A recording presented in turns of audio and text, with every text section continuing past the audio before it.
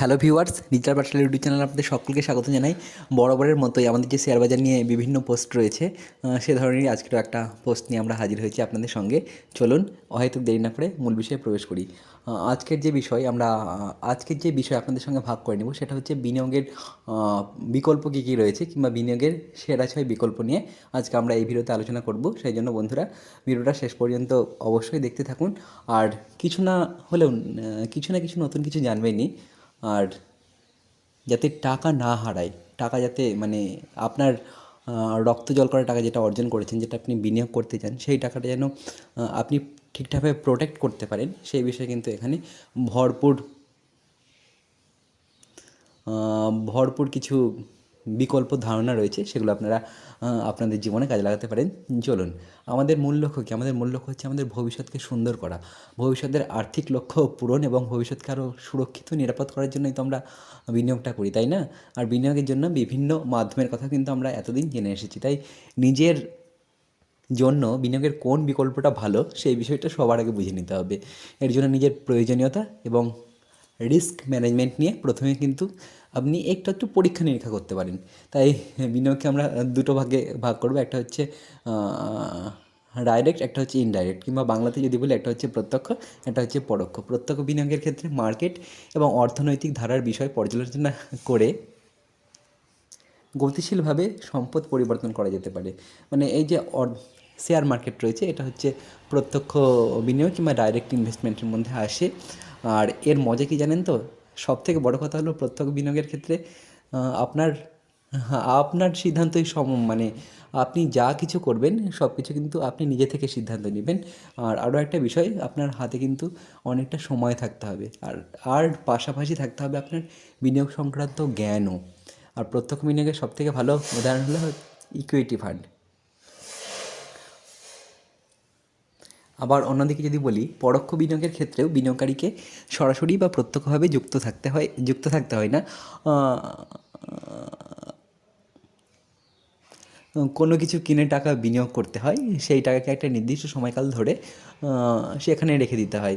তাই এটাকে আমরা বলতে পারি বাই অ্যান্ড হোল্ড ইনভেস্টমেন্ট। আর এই ধরনের বিনিয়োগ তাদেরই করা উচিত যাদের হাতে আর্থিক বিষয় সামলানোর মতো তেমন সময় থাকে না, বা এইসব জটিলতা সম্বন্ধে যারা বেশি মাথা ঘামাতে চান না। যদি ভারতের কথা বলি, ভারতে জনপ্রিয় বিনিয়োগের যে বিকল্পগুলো রয়েছে, সেগুলো সম্বন্ধে আপনাদের সঙ্গে কিন্তু আমরা এই ভিডিওতে আলোচনা করে নেব, কিংবা ভাগ করে নেব অধিকাংশ ভারতীয় কী ভাবে। আমাদের দেশে নানা ধরনের বিনিয়োগের বিকল্প পাওয়া যায়। বিকল্প বলতে আমি বলছি ইনভেস্টমেন্ট অপশান। তাই নিজের রিস্ক টলারেন্স বা ঝুঁকি নেওয়ার ক্ষমতা পর্যালোচনা করেই কিন্তু বিনিয়োগকারীকে সেই বিকল্পটা বেছে নিতে হবে। আর একটা বিষয় রয়েছে, এমন মাধ্যম বাছতে হবে যা বিনিয়োগকারীর প্রয়োজন পূরণ করতে সক্ষম হয়। ভারতের জনপ্রিয় 7টি বিনিয়োগ বিকল্প নিয়ে এবার আলোচনা করব। সরাসরি বিনিয়োগ বা ডিরেক্ট ইনভেস্টমেন্ট।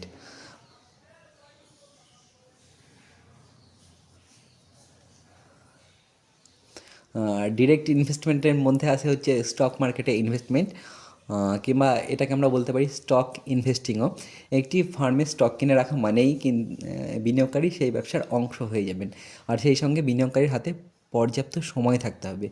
সেই সঙ্গে বিনিয়োগ থেকে বিনিয়োগকারী কীভাবে মুনাফা করতে পারেন সেটা পূরণ করতে হবে। আর এই বিষয়টা বুঝতে গেলে বাজার সম্পর্কে বিনিয়োগকারী বলতে কাকে বলছি বলুন তো? বিনিয়োগকারী বলতে আমার আপনার মতো যারা ইনভেস্টার রয়েছে তাদের কথা বলছি। যথেষ্ট জ্ঞান থাকতে হবে। আর এই বিষয়গুলো জানা থাকলে ডিরেক্ট টপ স্টক ইনভেস্টিং কিন্তু অত্যন্ত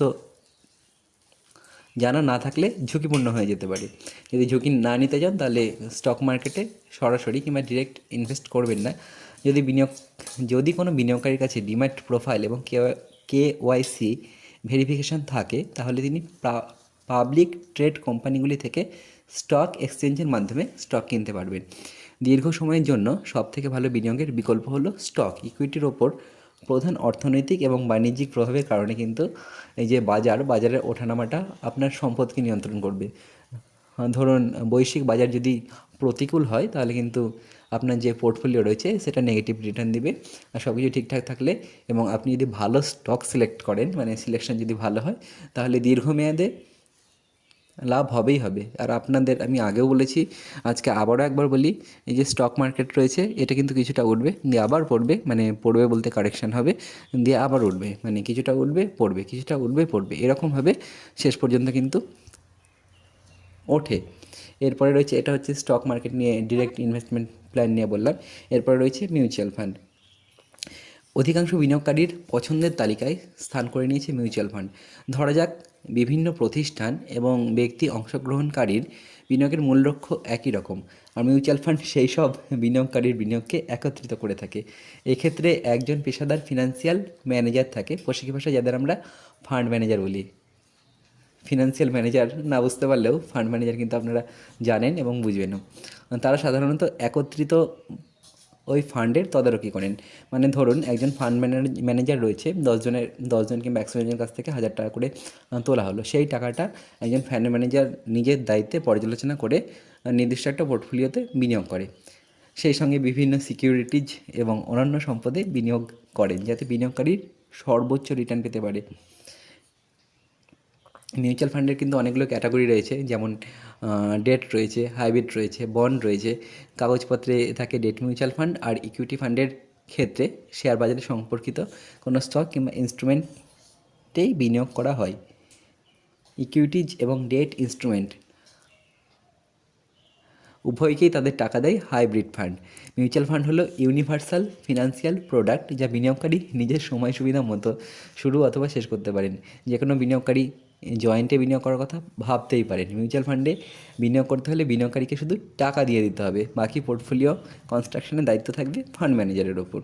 যদিও বিশেষজ্ঞদের পরামর্শ, বিনিয়োগকারীর রিস্ক প্রোফাইল এবং আর্থিক লক্ষ্যের সঙ্গে যে বিনিয়োগের প্রোফাইলের মিল আছে সেখানেই একমাত্র বিনিয়োগ করা যুক্তিযুক্ত। যদি আপনি মিউচুয়াল ফান্ডে বিনিয়োগ করতে চান, বাজারে অনেক ধরনের মিউচুয়াল ফান্ড রয়েছে। আর মিউচুয়াল ফান্ডের অতীতে কীরকম পারফরমেন্স করেছে, অতীতের পারফর্ম যে ভবিষ্যতেও ভালো হবে সেটা কিন্তু দেখা যাবে না। আপনার সঙ্গে কোন মিউচুয়াল ফান্ডটা যাচ্ছে, আপনার যে লক্ষ্য রয়েছে, প্রত্যেকের লক্ষ্য কিন্তু আলাদা আলাদা। ধরুন খেলার কথাই যদি বলি, কারো ক্রিকেট ভালো লাগে, কারো ফুটবল, মানে প্রত্যেকটা মানুষের লক্ষ্য যেমন আলাদা, চাহিদা যেমন আলাদা, তেমন তাদের জন্য ভিন্ন ভিন্ন মিউচুয়াল ফান্ডও রয়েছে। সেটা সঠিক উপায়ে আপনাকে জাস্ট চুজ করে নিতে হবে।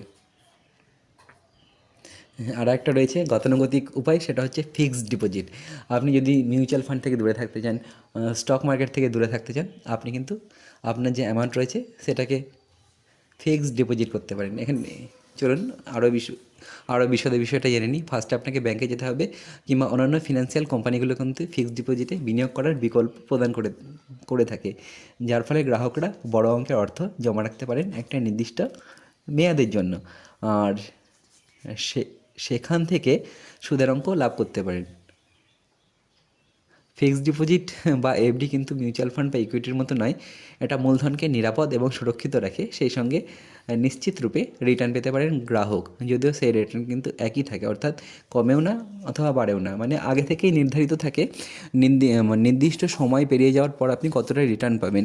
তবে ফিক্সড ডিপোজিটে একটা ব্যাপার রয়েছে, এই যে ইনফ্লেশন রয়েছে কিংবা দ্রব্যমূল্য বৃদ্ধি, অনেক সময় দ্রব্যমূল্য বৃদ্ধির যে সূচক থাকে সেটাই কিন্তু ফিক্সড ডিপোজিট বিট করতে পারে না।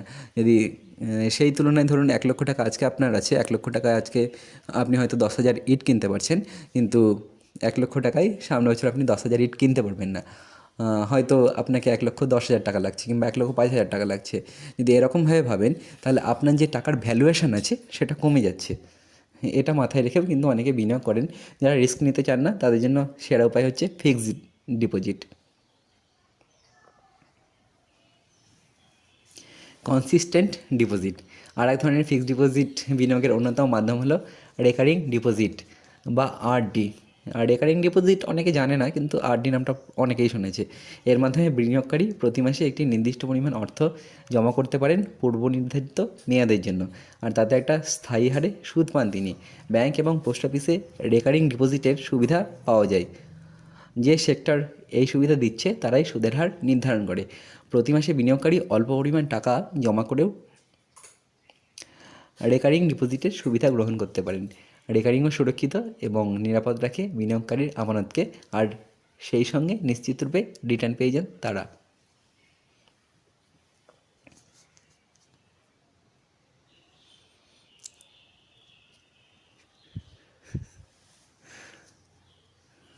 যদি রেকর্ডিংও না যেতে চান তাহলে আরও এক ধরনের প্রকল্প রয়েছে, সেটা হচ্ছে পিপিএফ।